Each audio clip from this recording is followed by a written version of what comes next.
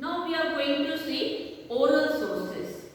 Oral sources जो कि हमारा थर्ड पार्ट है सेम लेसन का, that is lesson number 2 sources of history. Okay, oral sources मतलब क्या? ओरल मतलब जो सिर्फ हम मुंह से बोलते हैं या सुनते हैं, they are called oral sources. Orally it is been.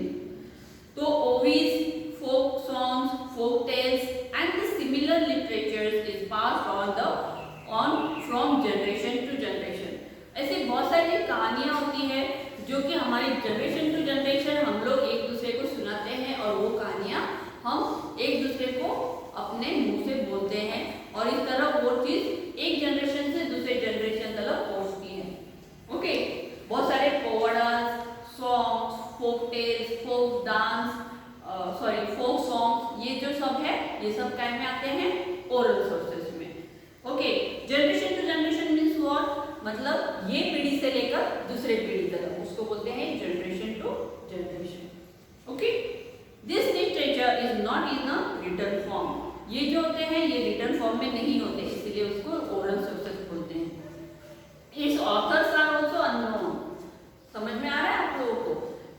अगर वो लिखा हुआ नहीं है, ओके, देन ऑल्सो वो एक पीढ़ी से दूसरे पीढ़ी तक पहुंच रहा है इन अ ओरल फॉर्म। मतलब एक पीढ़ी ने बोला, दूसरी पीढ़ी ने वो सुना, then again they are also passing to their generation by oral sources. इसलिए इसके ऑथर भी अननोन है। Okay, this type of literature preserve by oral traditions form the oral sources of history. इसे हम बोलेंगे ओरल सोर्सेस ऑफ हिस्ट्री। यहाँ पर page number 8 के ऊपर जो sources of Indian ancient Indian history का जो पूरा टेबल दिया गया है ये आपको आपके नोटबुक में लिखना है। Okay, this table you will write in your notebook. Now you will see the last part, that is sources of ancient Indian history. The ancient period of Indian history extends from Stone Age to the 8th century CE. We learn about the Stone Age period of Indian history through the archaeological excavation. जो भी ancient time का Indian history है वो हम 8th century तक हम लोगों ने देखे।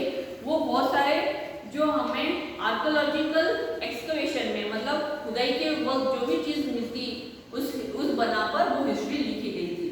Okay, since script had not been develop at that time, उस टाइम पर कोई स्क्रिप्ट नहीं थी, no written sources was available. However, information about the ancient period from 1500 BCE onwards can be derived from Vedic literature. इस वजह से ये Vedic literature से हमें ये एंशिएंट टाइम की हिस्ट्री और इंफॉर्मेशन पता चलती है। In the beginning, the Vedas were not in written form. पहले स्टार्टिंग में वेदास ये written form में नहीं थे। The ancient Indian had developed the technique of memorizing and reciting them.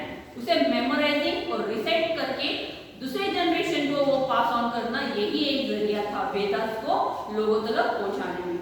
The Vedas were written down later. बाद में वो वेदास जब स्क्रिप्ट डेवलप हुई तो वो लिखे गए। The Vedas and the post-Vedic literature form an important source of ancient Indian history. जो वेदास और पोस्ट-वैदिक पीरियड की जो लिटरेचर्स थे, ये एंशिएंट इंडियन हिस्ट्री के वक्त ये बहुत ही इंपॉर्टेंट सोर्सेस माने गए। It includes the Brahmanas, the Upanishad, the epic that is Ramayana and Mahabharata, the Jain and the Buddhist literature, plays, poems, stones and the pillars inscriptions, travelology of the foreign travelers, etc. बहुत सारे जो भी epics हम लोग पढ़ते हैं ancient Indian history की, जिसमें कि रामायण, महाभारत, ये आपको अच्छे से नाम मालूम है, आपने कहे होंगे, सुने होंगे कहीं पर, आपके दादा दादी के मुंह से सुने होंगे, इज़न्ट इट? मम्मी डैडी के से भी आप इस बारे में पूछ सकते हो। तो ये जो हमारे लिटरेचर्स है ये बाद में लिखे गए वेदास के बाद। We also learn about the ancient Indian history through material sources like archaeological remains, ancient monuments and the coins found in excavation। और बहुत सारे जो एंशिएंट इंडियन हिस्ट्री के बारे में हम मटेरियल सोर्सेज की वजह से हम लोग जान पाते हैं, वो क्या है? जो भी रिमेन्स, एंशिएंट मॉन्यूमेंट्स और कॉइन्स जो हमें एक्सकवेशन के वक्त फाउंड होते हैं, उस वजह से हमें इंडियन हिस्ट्री के बारे में पता चलता है।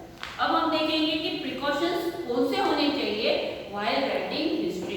ठीक है, जाती है, बहुत सारे लोग उसे पढ़ते हैं, लेकिन क्या वो सचमुच मतलब उस वक्त हम लोग नहीं होते हैं तो वो किस बना पर लिखी जाती है, तो उसके लिए फेक नहीं लिखी हुई होनी चाहिए वो हिस्ट्री। इसलिए कौन से प्रिकॉशंस लेने चाहिए वो देखेंगे हम लोग। It is necessary to take precautions while using this sources to write history.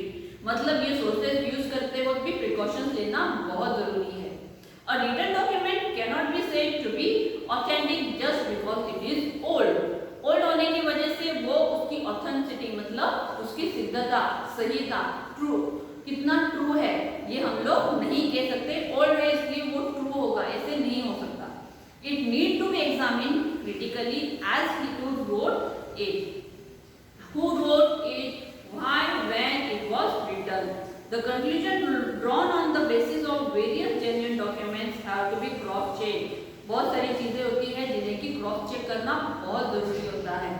And corroborate with one another. Such a critical analysis is very important in writing of history. इसलिए क्रिटिकली उसे analysis करना, उसके ऊपर सोच विचार करना, ये और ये सारे प्रिकॉशंस लेकर ये सोर्सेज यूज करना बहुत ही जरूरी होता है। तो हमारा ये लेसन यहीं पर खत्म